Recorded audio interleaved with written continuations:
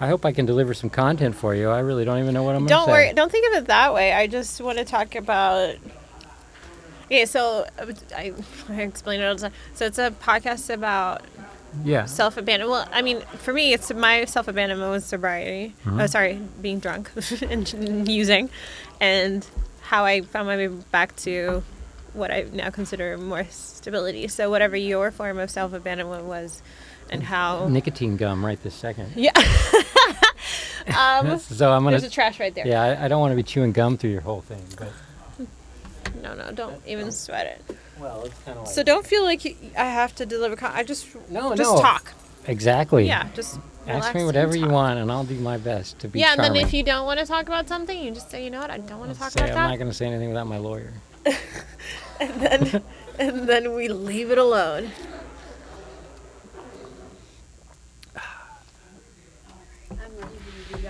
Okay. Good to go in here? Yep. Awesome. What do you think, hat or no hat? Oh, you're it's kind of a look with the hat, but you look great anyway. So Well, I can take it off halfway you through. You can. Can't I? Absolutely. Who's going to stop you? No one. Nobody. Don't need these either. I'm not going to be reading anything. No. No tests. No tests. No. Yeah, no, this is cool. I've never done anything like this. We're Hi, I'm recording. Jason. What's your name? Hi, I'm Anne. Hi, Anne. How are you? Pretty good. Oh, excellent. There's little Anne on the floor. Exactly. Welcome to the podcast. Well, thank you for having me. me. We made it. Finally, we made it happen. Yeah, we had a lot of ups and downs. I was really busy. I was trying to get some stuff know. together. So, yes. You just you just had a show. I did. Yeah. I have a show.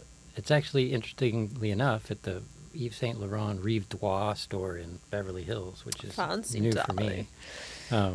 Never done anything like that. How was that?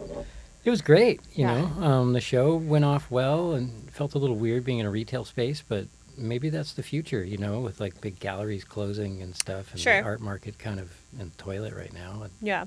maybe that's the future. I was out of town. I would have come, as you know. I would have loved to have had you. Yeah, it would have been lovely. But I was sending good vibes from the Hampton. I felt them. I felt them. Yeah. So tell people who you are and what you do. All right. My name is Jason Mason. That's my actual name. My mother got remarried when she married her boyfriend who, when I was 8, he'd raised me since I was 4, but his last name was Mason, and so he's like, I'm going to marry your mom and legally adopt you. Do you want to be Jason Mason? And I was like, yes. You're like, yes, I do. I mean, what 8-year-old kid would turn that down? Yeah. And, yeah, I'm an artist, a painter here in Los Angeles. Spent a lot of time in music and DJing early on, and then I was always best at art, and it finally just bubbled out of me what I do best instead of, the rock and roll dream sort of faded at my 20s, you know. And then you became a full-time artist. Yeah, and it's a lot easier because you don't have to deal with as many personalities. Yeah. You know, when you're in a band, it's strange. It's wonderful. They're my brothers, but still it's 5 different It's a lot, other yeah. people, you know. Sure. Just me and my multiple personalities. You're like, I have like 13 in here. I always say me and my 13 personalities. Yeah, so now... I joke, but do I? I don't know, actually. I have only met one, I think, so far. So. I think you met like 3 that night. Really? I'm just See, I kidding. knew your personalities. So. Well, we have to give context. So we met at, whose show did we meet at? Oliver Clegg. Yes, Oliver Clegg. Clegg. Oliver, he's gonna get me for that one. Yeah, he's gonna get you. He's gonna get me for that one. He had at the British artist. Journal Gallery. Journal Gallery. Oliver Clegg had a British artist. Oliver Clegg. Well, I can't say it. Why can't I say the name? Oliver Clegg. Clegg. I think that's right. No, it is. It is Okay. right. I just can't say it fast. Oliver Clegg. Oliver Clegg. You know what? You don't have to show off like that. We met at his show. He had an opening at the Journal Gallery. Yeah, it was. And it was awesome. really good. It was Yeah, a great good. turnout. I liked it a lot.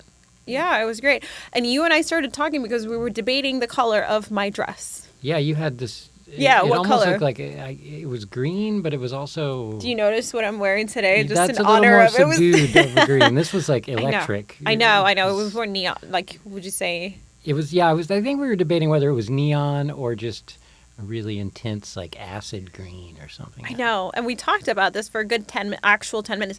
And the thing is, for me, it's not a boring conversation. Really? Well, me neither. I like love with an color. artist, because yeah. exactly, me too. And I was like, this is very fascinating for me. I feel like anyone who's listening in would be like, who cares? I'm like, we care though. I totally care. I mean, it matters. Color is amazing. You know, there's matters. certain colors like, I mean, I might be getting this wrong, but I know in Japanese art, they have specific terms for colors that we don't have. Like, they have a name for the color of water, the type of blue that water is. No way.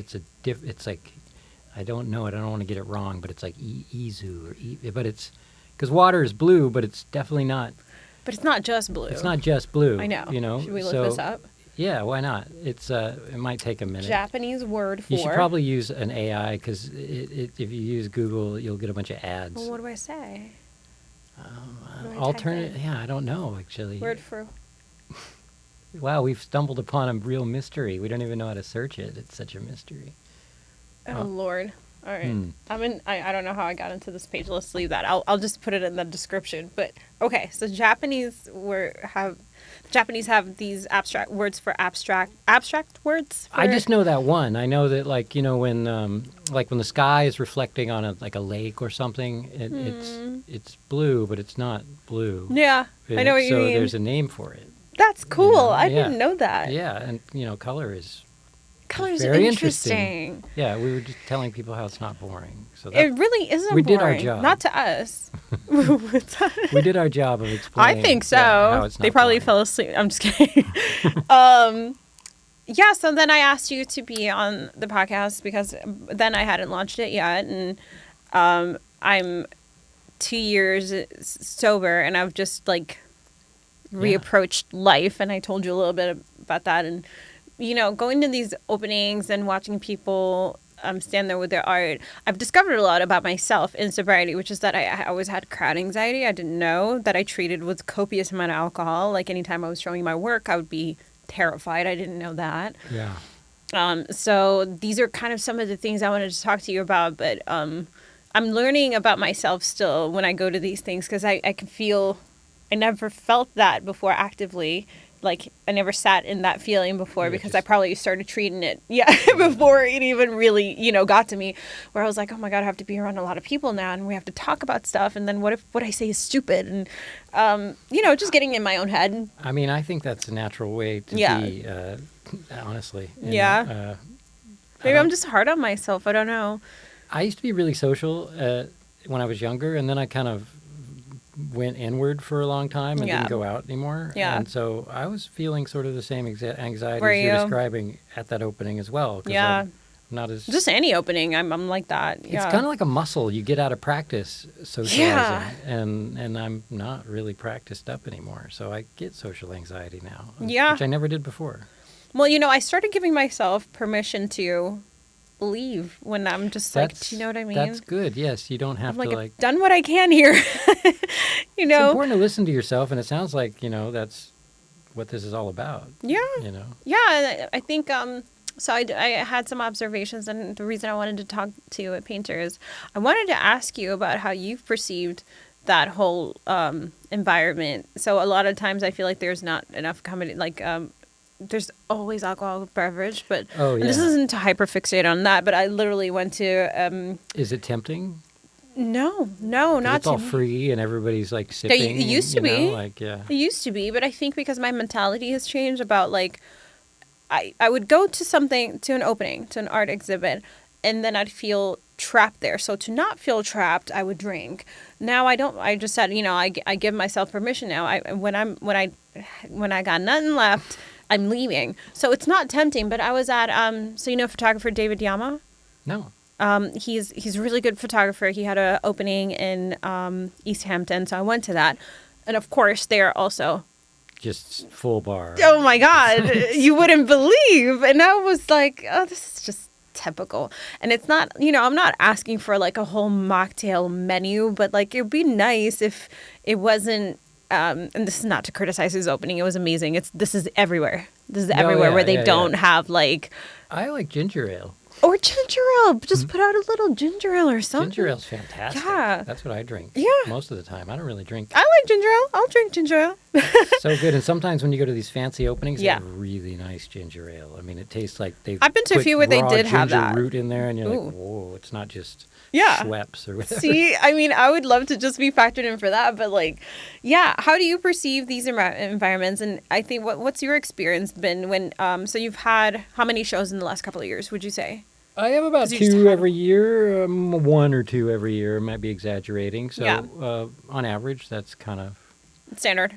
yeah. And I've been, actually selling, having shows and selling art for maybe about the past 5 years or 6 Oh, years. okay. Before that, we were talking about I was an art assistant Right. for many years. That's right. That's right. And being an artist is really strange because, you can be an artist, but to sell art, it's hard to sell it on your own. You almost need a dealer or you need somebody to represent you. It's almost like being an actor. Right. You Right. need an agent. And as you know, it's probably really hard to get an agent because an agent needs to feel like they've discovered you. Right. So as an artist, it's very similar. You can't just walk into a gallerist with a bunch. You can. And your but- portfolio and be like, take me. Yeah, they have to feel like they've found you. And that takes various amounts of time. Right. And I guess it took a long time for me. Yeah.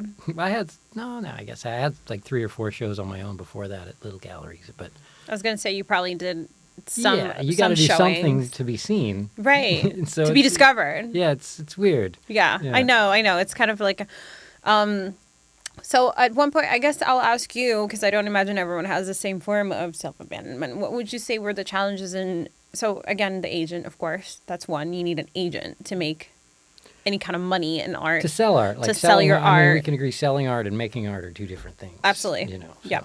Yeah, correct. So so 5 years ago, you did not have representation. No. So before that, what would you say were the challenges, and did you at any time consider maybe just like not? Maybe I shouldn't do this. This is too hard. I wasn't. No, because it's just my natural state of being. Like You do it anyway. You paint at home. Yeah, I was working on a painting at home, and then it got to the right person. I sold it to a friend of mine, and a friend of mine's mother actually saw it, and then called her son, who's an art dealer, and was like, "You got to see this painting. You got to see this painting. Oh, you got to okay. see this painting." Okay. But I was doing it anyway, Yeah. and it's just what I do. I've always been making art, like drawing, or like when I was a little kid. Before we met my stepdad, my mom was a single mother and basically bartending and stuff. And so she'd plop me at the end of the bar and give me a pen and a pencil and just let me draw. So Yeah. I've been drawing since before I can remember. Yeah. And translating drawing into painting eventually, that was a kind of a tough thing to wrap your head around a little bit as an artist because canvas is so... Can It's be hard enough to intimidating. look at it's hard enough to look at a blank page on your sketch pad and be like, what do I do? But then when you've got like a canvas in front of you and you're like, what do I do? And you don't have that much money and it costs you like $200 to buy the Right. canvas. And To you're like, even right, like, exactly. I To don't even wanna make the ruin it, art. Yeah. So getting past those, getting confidence to like Yeah. conquer a blank canvas took me a while. And also, it's with anything, sometimes you start out and maybe you're a genius, but I don't think everybody's like that. Everybo's got Does anyone different- feel that way? I don't Does know. any artist feel that way? I haven't met one artist who was like, everything I do is. Yeah. There's always like a loathing to your. I mean, I don't know if loathing is the right word, but maybe It's- disapproval. I don't know. I think it's just kind of like I always draw an analog to music because I was in a band for years and writing Right. music. So I always feel like you have a group of you have great material in you, but you also have a lot of shit that you have to get out of the way. Oh, And that's you have to true. do it. Like you can't not do it. You can't just skip right to making the great stuff. You have to make some stuff that's maybe subpar that comes out So that's out of the way. It needs to happen. You need to make those mistakes Yeah. in order to evolve and get to where you need to be. Yeah. It's part of the process. So Yeah. I think with did I tell you that I just literally hate everything that I paint until I'm done? no. I was like, we talked a lot about art that night, but like, You didn't tell me you hated everything you did. Oh, but I do. I hate those fuckers. Oh. I hate every single one of them. But then, you know, when I step away from it, I can appreciate it. But while I'm in the process of it, it feels like I have to be mindful so I'm not like performatively saying this, but I know it to be true. There's never, rarely is there a moment where I'm like, this makes sense. What I'm doing now makes sense. It's more of like, shit, oh shit, as I continue. It's like, fuck. Exactly. And then I'm like, oh, wait. That's my internal dialogue. Yeah, no, I mean, well, I think for me personally, the product is not as much fun as the process. Really? Yeah. God bless. It's sort of a meditation for me. Almost, again, with music, if I listen back to some old recordings, I'm like, they're okay. Yeah. I had more fun making it.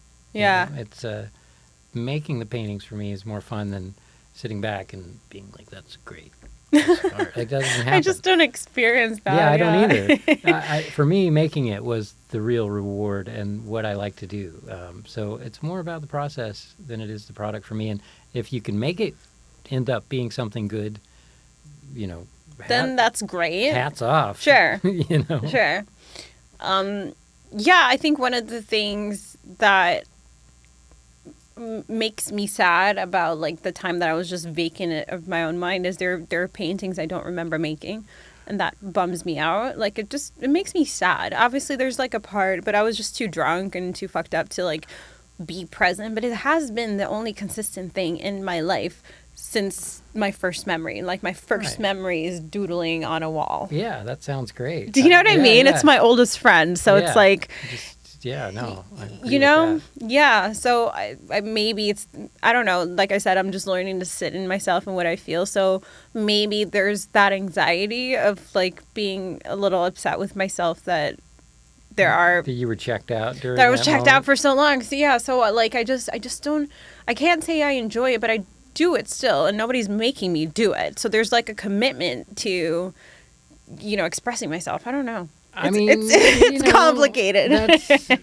I mean, a lot of great stuff was made absent-minded through inebriated people. I mean, yes. It's like a lot of it. You know, you wouldn't have your Velvet Undergrounds, and I know. Like just so sobriety is great, but I think it's okay to don't be so hard on yourself. Lots of great stuff. I'm working on it. Yeah, I'm working on not being hard on myself. And correct, I've thought that too, where I'm like, there were a lot of people that there were masterpieces made in total.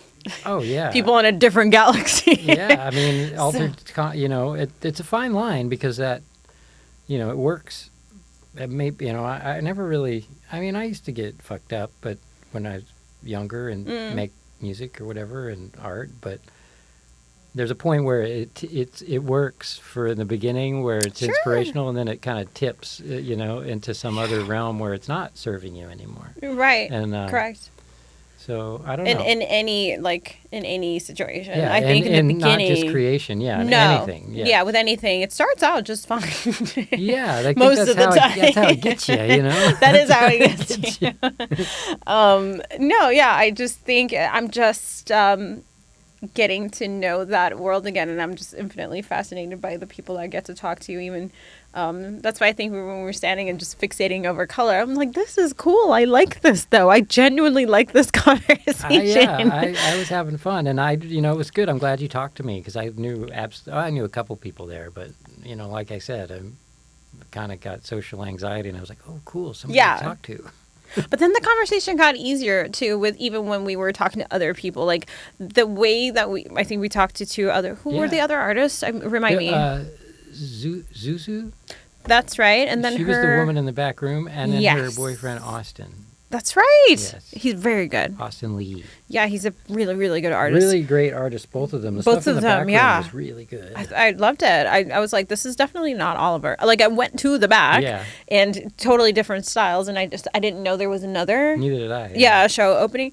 So, and then when I met her, but like, I think the way that conversation happened naturally was easy. I didn't get anxious off of those conversations. Like, we were all just really genuinely enjoying talking about art. Well, we kind of had it kind of gets There was a flow. There was a natural Well, also flow. once people team up and start creating this sort of, like me and you, we were like in a flow together energetically, and that's easier to approach than like somebody who's feeling anxious. Yeah. I would like to think that I can help make people comfortable in that environment. There's so many contrasting energies, I think, in these kind of events, and then it's very hard for me to stand and stare at a painting and go, "Whoo!"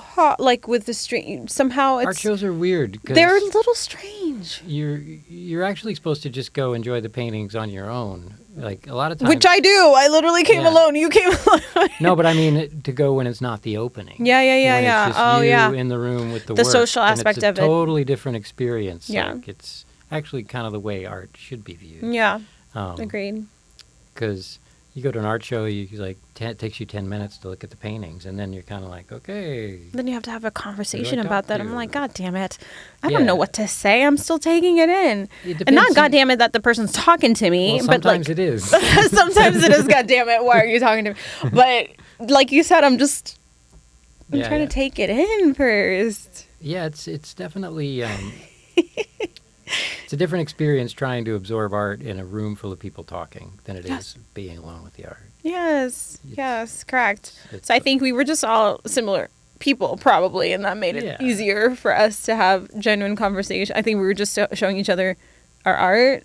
At some point, we started pulling up art, and then we were talking about it. And it wasn't even like, ooh, look how cool my stuff is. Actually, I think I pulled up my work criticizing it. I'm like, here's this piece of shit. Yeah, I think it's good. I like it. And then, you just have, I think that if I could have those kind of conversations all the time, I would probably feel less anxious about going to depends who you run events. into and how they're feeling and where they're at and with their day even, Sometimes a person can be really tough to talk to if they've had a bad day. I know.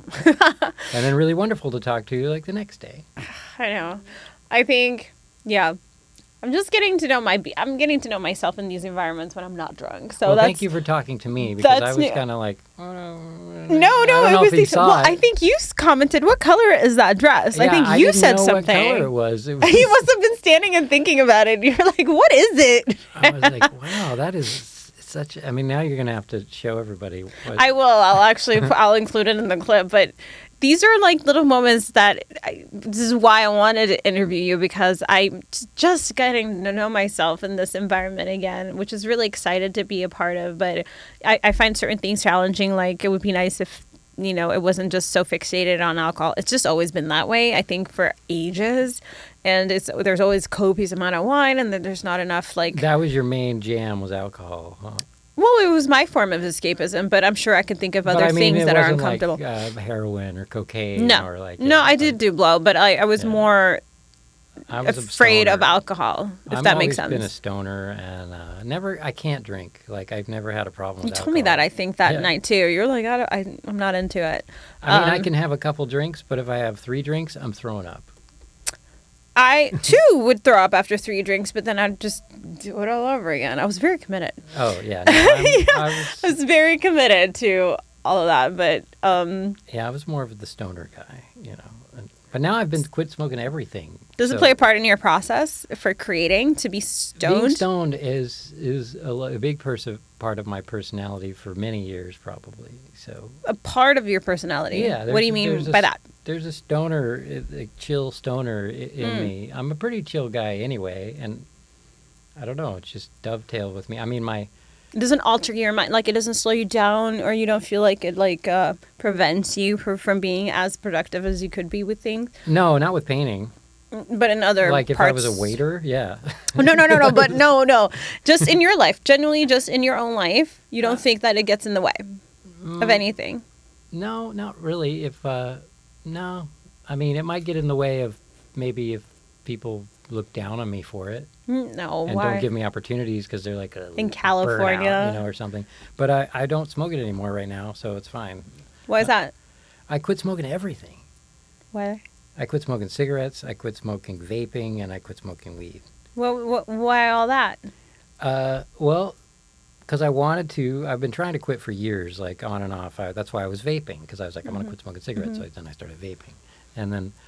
I've always will smoke pot in between and there, and I love spliffs. Like I was a reggae With DJ tobacco for in a it, that's what million that years, means. and Yeah. I would smoke spliffs. Yeah. They all smoke joints, but I like spliffs.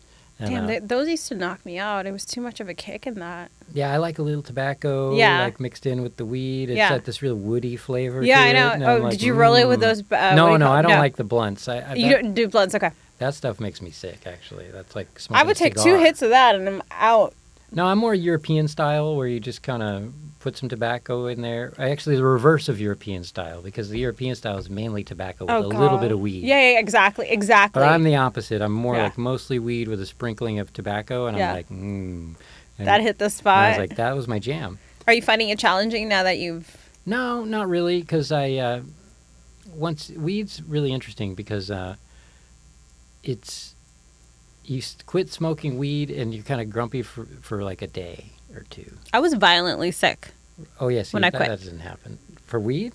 Yeah. Really? Isn't that crazy? Yes, for like 10 days. But I was like wake and bake. I was smoking all the time. I was smoking. Me too. Were you? Yeah. I mean, all the time. I was smoking all I'd the time. smoke like 12 spliffs a day. Dude, absolutely destroyed me for 10 days. Like I couldn't eat. I was cold sweating through my mattress. Like the detox was intense. Yeah, that didn't happen for me. Yeah. On that, and I don't know why. It just didn't.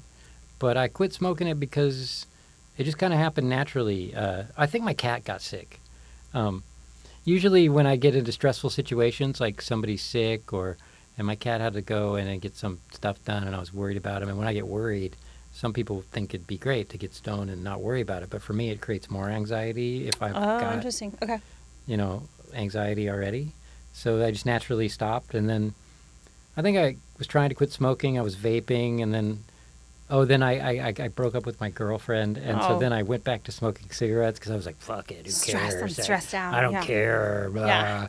And then I did that for a couple months, and then I went back hard. I started rolling tobacco and just smoking like pouches and pouches of this stuff, and then So finally, like a stress response then. kind of, would you yeah. say? Yeah. And then I went to the dentist, and he's like, you got some like white bumps under your tongue. You should come back in 2 weeks, and if it's still there, we'll do a biopsy. And I was like, okay. You knew it was from smoking. I figured. And then I was like, well, you know what? The dentist appointment's in 2 weeks. I'm going to try and just quit smoking everything for 2 weeks till the dentist, and just because... See what happens. Because I really would not like to have mouth cancer. Thank you. No. And so I went back, and he's like, oh, yeah, it's all gone. No biggie. So you knew it was from irritation smoking. from smoking. And then I was chewing nicotine gum during that time. I still am. Is that what you were chewing? Yeah. Okay.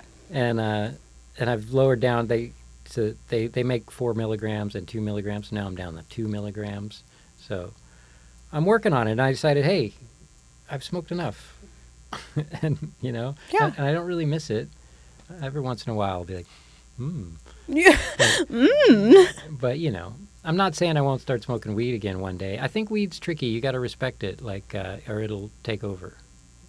I mean, for me with previous guests, I've just said that I don't have a problem with weed. I think it could be really helpful if you don't have an addictive personality.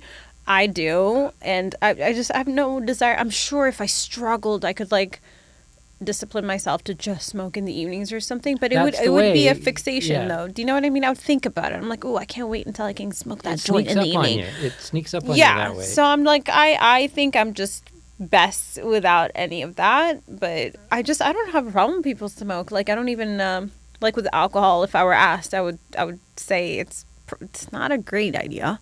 I mean, it's not the best idea. I'll have a glass of port after dinner if I'm at a fancy restaurant. Right. And I like really sweet wine. It's like drinking a Snickers bar. Like a dessert wine. Like, yeah.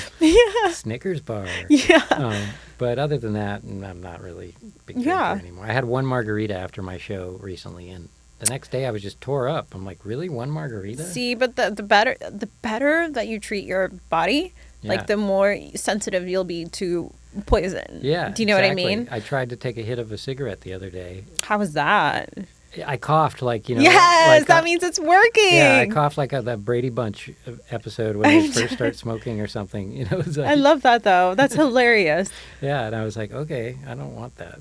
No, but like that's a good sign, honestly. Yeah, oh, yeah. It just means that you're resetting, and it's a My it's a good energy thing. levels are a lot higher since I stopped smoking everything. I would imagine so. Usually I'd be kind of like, hey, what's up? Right. No, good for you. I'm happy for you.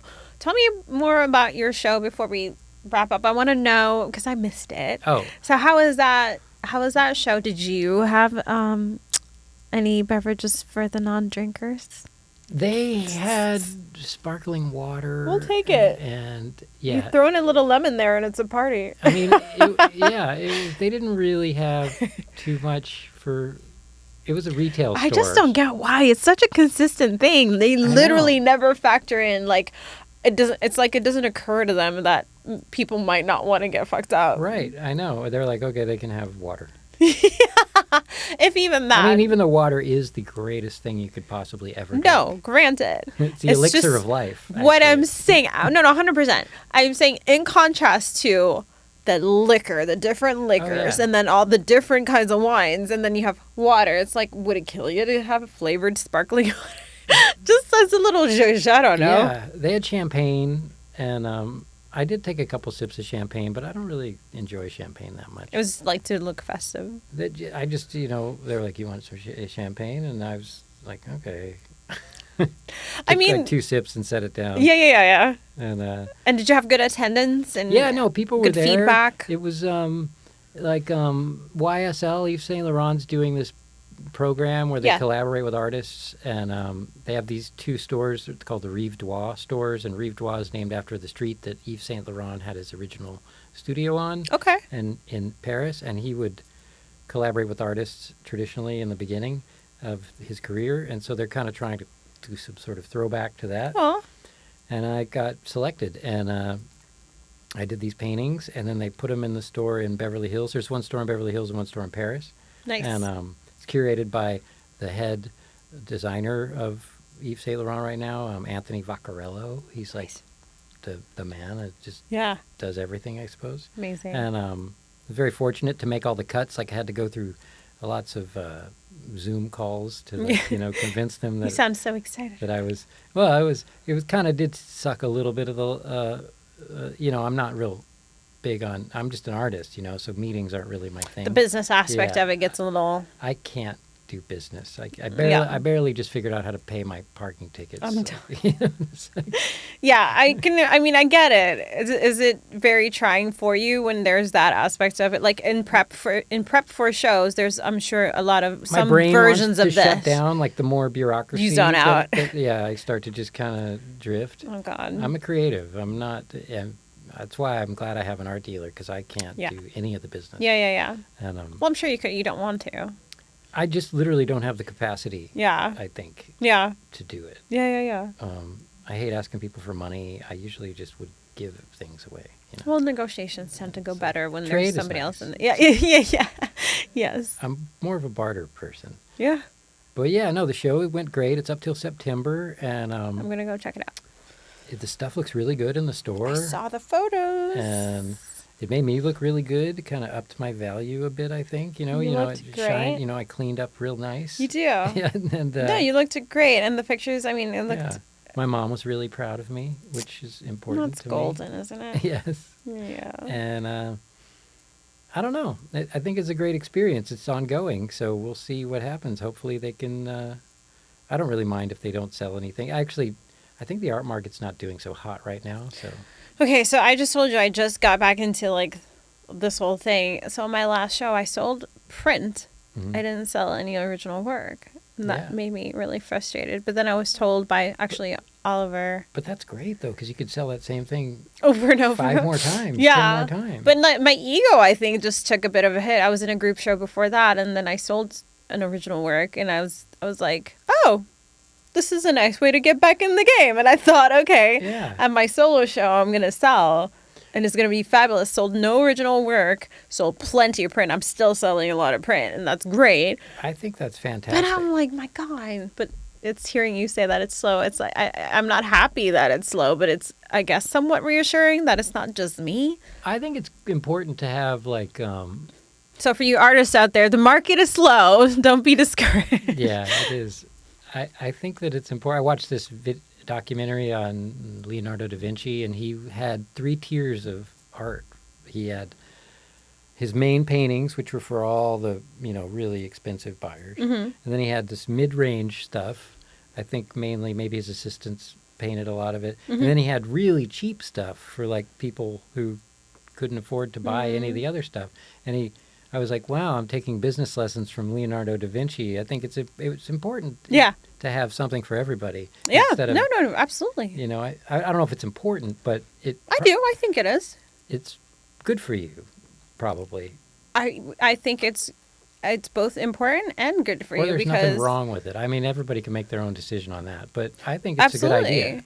I do too. I mean, for me personally, it just makes me happy that people can. I mean, there's one specific one that seems to be doing really well, and it's like 5K. I can imagine that it's not the easiest thing if you want to you have to be really in the art scene and super committed to a collector or something to go from that on, upwards. And it makes me happy that I can provide some sort of version of that. Yeah, I mean, I think it's great to have like 3 tiers, something for every economic bracket of person that's going to come to your show. I fully agree with that. Smart. Art's for the people. Yeah. I mean, like I said, I'd give it away if I could, but you got to eat.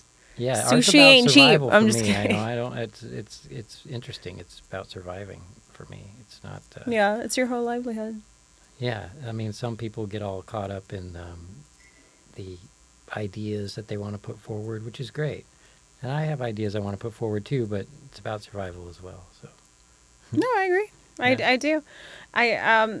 I'm so happy we finally made this happen because I wanted, for selfish reasons, I wanted a little more insight to, someone who's lived the artist life. Any last questions? I'm here while I'm here.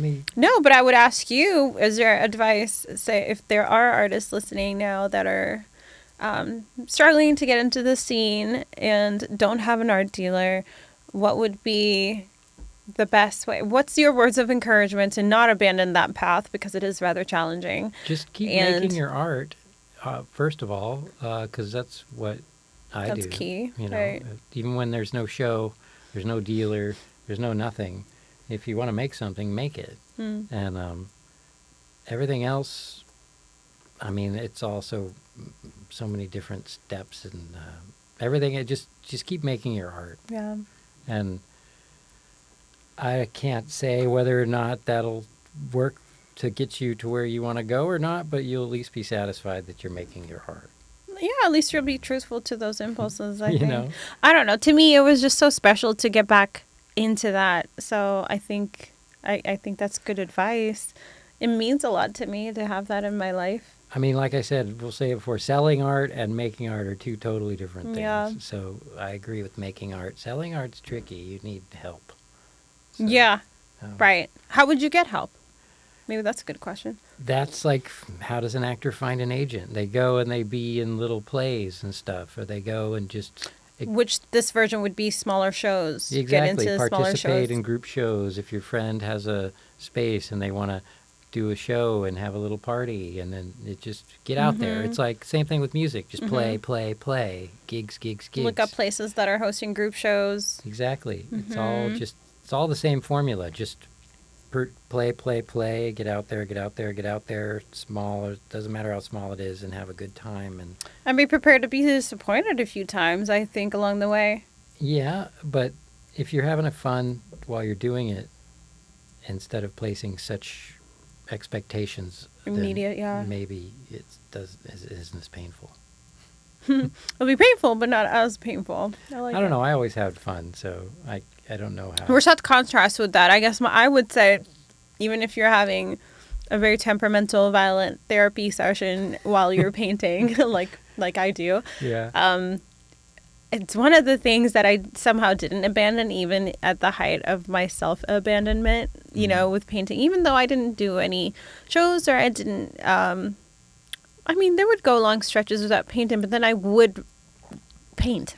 Well, these days you can you can do it on Instagram, you know, like I'm talking from an like archaic point of view, actually. Like there's digital now. Right. You could just post your work. I don't even know how to do that. I mean, I'm sure there's somebody watching this who's like, what are you talking about? You just put it on Instagram. Well, even so, you still need an art dealer, but like putting the version of putting your stuff out there is no longer just group shows. That's true. It also now includes you can social media and other ways to, Yeah, I mean, there's ways now that are beyond me. So my advice is almost archaic at this point. Still is the right original formula, though. You have to put your stuff out there in order for anyone to consider you as a client, and it's just how you put yourself out there that's changed, and you know. Yeah, no one's going to walk up to you and ask you if you're an artist unless they let me represent you. See you doing something. Exactly. No, exactly. I agree, and I think. That was a different part. Continuing to paint was a huge part for me, and I'm proud. It's one of the few things I'm proud of myself for, even though at the height of I think it's, you know, my self-sabotage. Your self-sabotage. At the height of my self-sabotage, there was still a little art, and that's kind of cool. Like you could probably hang a couple of your pieces behind you right now for your podcast. And you're right. I should. I'll bring a piece over here. Every time they watch the podcast. I post it a lot, by the way. I post my work a lot, but you're not wrong. There's always that. I should have thought of that for this episode. Yeah, I mean, you've got these velvet curtains. But what if it was like a little gallery with a few of your works? Should have done that. You're not boring me. I'm just always tired. No! I'm just literally always. Do you know what time I wake up? I wake up at like 4 a.m., 4 or 5 a.m. I do too, to feed my cat because he yells at me and then I go back to bed. Yeah. So it's like it's my evening basically by now, but this is cool. This is all I wanted you to do here. Like I just wanted to talk about art and the scene and how it's like to get back into it and what it's like for you. You're such a contrast to me who's actively lived the artist's life and just had a show, and it was a great show. So it's like it's inspiring for me to talk to you, but also for anybody who is an artist that wants to know what it's like. I'm able to survive off it at this point, and huge inspiration. That's rare. I know. I'm not making a whole lot. I can't move out of my dirty little apartment right now yet, but I'm still not having to, do something you don't want to do. Yeah, I don't have to exactly. It's nice. No, it is nice. I know I'm in the top. That makes me feel good because I know there's a slim percentage of people doing that. I know. And I feel lucky. I feel blessed that I can do that. You are, and it's inspiring to hear from people like you. So thank you for making the time. I'm so glad I finally got you here. This is the first podcast I've ever been on. This is so really modern for me. Yes. Oh well, I'm honored then. You've showed me a whole new world. The podcast cherry. You popped my podcast. Say that fast. Popped my podcast cherry. God damn it, he's really good. It's because I stopped smoking weed. I bet it is. Like 3 months ago, I didn't like you. I bet it is. Do you like my little cup? I'm trying to get people to get them. Right. Do you know the name of my podcast? Yes, A Cunt's Guide to Peace. I thought it was to survival? Sobriety. Oh, no, to peace. It's funny, I went to an art dinner, and this is when we had planned to be on the podcast, but at one of the times it fell through. And I went to this fancy Gagosian art dinner, and somebody was like, "Oh, what have you been doing?" I'm like, "Well, I might be on this podcast." And they're like, "Oh, what's it called?" And it was this nice restaurant, and everybody was around the table, and I'm like, "A Cunt's Guide to Sobriety." And they're all like, well. I love that reaction, though. Yeah. Like, it's not meant for shock value. It's actually. But yeah, they were like, okay. Like, here we go. Yeah. It's on. It is on. No, somebody asked me, so we're done. So whenever you, yeah. So the other day, somebody asked me, why do you call it that? And I said, men liked to say that to me when they didn't like what I had to say. Oh, really? Mm-hmm. And I thought, okay. So, and it's usually men that would be like, why are you calling it that? I was like, I don't know. Why did your people call me that? So it's like, it was a way to take back agency over. Yeah.